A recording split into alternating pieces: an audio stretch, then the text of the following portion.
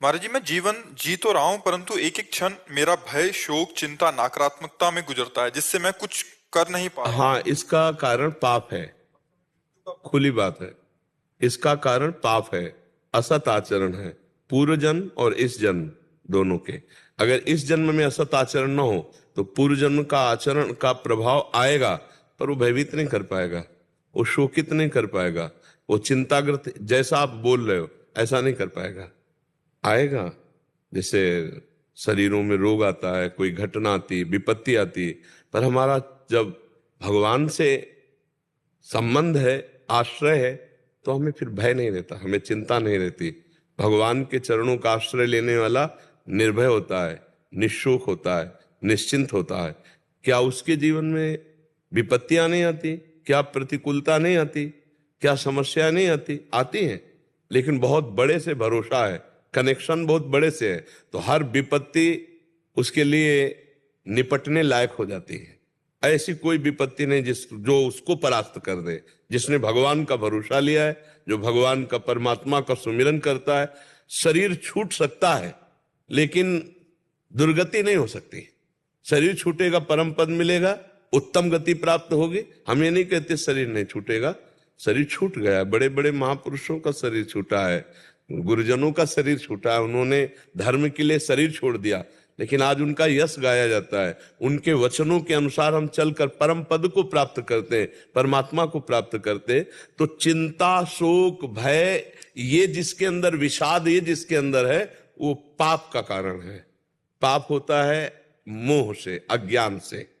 अज्ञान के कारण ही ये चिंता, शोक, भय है। यदि अज्ञान दूर हो जाए, पाप दूर हो जाए, तो अभी निश्चिंत, निशोक, निर्भय हम हो जाए। वो होता है भगवान के भजन से। जब तक भजन नहीं होगा तब तक कुछ समस्याओं का समाधान नहीं होने वाला। इसीलिए हमारे हर प्रश्न का उत्तर होता है नाम जप। आप जितना नाम जप करेंगे उतना ही आपका हृदय शुद्ध होगा, आपके विचार शुद्ध होंगे। पूरी की पूरी सब सुविधाएं दे दी जाएं विचारहीन पुरुष को, ध्यान रखना हमारे शब्दों को, हर सुविधा जितनी मांग है उसको सब दे दी जाए, पर वो विचारहीन पुरुष हो, कभी सुखी नहीं हो सकता। और जिसके पास एक भी सुविधा ना हो लेकिन विचार पवित्र हो, वो सुखी होगा, मुस्कुराता मिलेगा। विचारवान पुरुष ही सुखी होता है। जब हमारे विचार नकारात्मक बढ़ने लगते हैं, निगेटिव हो जाते हैं, तो हमें डिप्रेशन में भी पहुंचा देते हैं और यहां तक कि मृत्यु का भी दंड दे देते हैं। विचार ही तो है, ये विचार ही तो है। ये विचार जो पवित्र होते हैं वो भजन से होते हैं, दूसरा किसी से नहीं, न रुपए से, न पैसे से, न पद से, न प्रतिष्ठा से। विचार जो पवित्र होते हैं वो भजन से होते हैं। भजन ना होने के कारण बहुत अच्छा जीवन दुर्विचार में नष्ट कर दिया। जितनी जेल भरी है वो विचार दूषित वालों से भरी है। विचार दूषित हुआ, गलत काम हुआ, कानून के अंतर्गत अपराध बना, जेल भोग रहे। अगर कानून ने नहीं जाना तो भागवतिक विधान से दंड मिलेगा। नाना प्रकार के रोग, नाना प्रकार की विपत्तियां, नाना प्रकार की समस्याएं दूषित विचार का ही फल है। हमारे विचार शुद्ध होंगे सिर्फ भजन से, दूसरा कोई उपाय नहीं है। विचार हो तो एक रोटी भी तुम्हारी जो दी हुई है वो दूसरे के बहुत बड़े काम में आ गई। तो विचार शुद्ध भजन से होते हैं। इसलिए परमात्मा को जो नाम प्रिय हो, जो नाम प्रिय, हमारे प्रभु के बहुत से नाम हैं, अनंत नाम है। कोई एक नाम ले ले या गुरुमुख से जो मिले वो ले ले। जिसे गुरुमुख नहीं हुए अभी, तो जो नाम प्रिय हो नाम जपना शुरू कर दो, उससे तुम्हारा निश्चित भय चला जाएगा, निश्चित चिंता चली जाएगी और आप आनंदित हो जाएंगे। नाम जप करो। करते महाराज जी, उसके बाद भी भाई मतलब बने रहे। घड़े में एक चुल्लू चुल्लू जल डालते जाओ, 5 छेद कर दो, कभी नहीं भरेगा।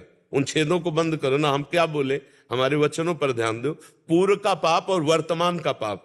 पूर्व का पाप हमें चिंता शोक में डालने की कोशिश करेगा, लेकिन वर्तमान में हम सही चल रहे हैं तो हमें फंसा नहीं पाएगा। वर्तमान का पाप ये शोक दे रहा है। वर्तमान के पाप आचरण छोड़ दो। आप जानते हो आप क्या कर रहे हो, अंदर से देखो, अपने हृदय को देखो और जो गलतियां उनका सुधार करो, आनंद आ जाएगा। ऐसा हो कि पूर्व के प्रारब्ध ही से केवल हम चले तो हम में और पशु में अंतर क्या है? वो भी प्रारब्ध भोग रहा है, हम भी प्रारब्ध भोग रहे हैं, फिर हम मनुष्य किस बात के? हम मनुष्य इसी बात के हैं कि हम नवीन अनुष्ठान करके, भजन करके, कर्म करके पूर्व प्रारब्ध की धज्जियां उड़ा दे और हम भगवान को प्राप्त हों। समझ पा रहे हो आप? हम परमात्मा के अंश है, कोई साधारण नहीं है। हम सब हम परमात्मा के अंश है। हे माया हमको परास्त कर देगी, तब जब भगवान से विमुख है, अगर हम पर प्रभु के सन्मुख है, नाम जप कर रहे, दूसरों का हित कर रहे, सबका मंगल चाह रहे, हमारा कौन बाल बाका कर पाएगा। देखो बच्चा, जो गलतियां उनको सुधारो, खान पान की गलतियां, भोग विलास की गलतियां, विचार की गलतियां, उनको सुधारो, अभी आनंद आ जाएगा।